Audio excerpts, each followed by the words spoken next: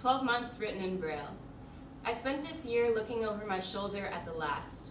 I once read that doorknobs are the dirtiest thing in a home, so I stopped turning them so I could close a door.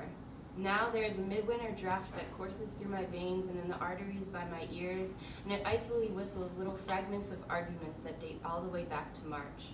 I never caught drift of their content, but each word was its own bee sting. By the end of the month, I'd been abandoned, staring up at an empty hive with 1,000 bees at my feet, stingers all bent and broken.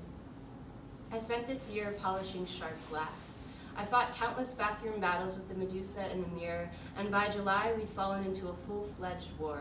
All it took was a few missteps and a miscalculated glance into her eye, and she turned my body to stone, grew granite in my heart, pink and gray crystals of love hardened, and my blood immobilized. I cried tears of melted rock and apologized with earthquakes, drawing fault lines on my figure, cracking the surface, crumbling, crumbling, crumbling, anything to move again.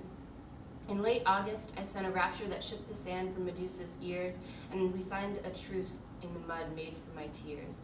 Later, she helped chisel away at the stone she had marred me with, and I asked about her childhood. I spent this year learning the language of love.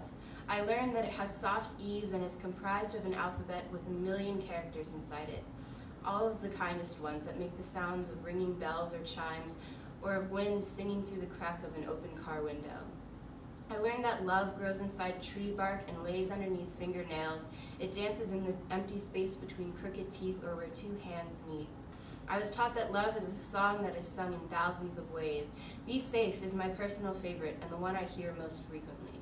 If a surgeon were to cut skin grafts from my forearms, he could sell novels from the goosebumped Braille that decorates the places I've been grazed by a living God. The phrases on the final page would read, "Come home, come home, come home." And close the door, honey, I'm getting cold.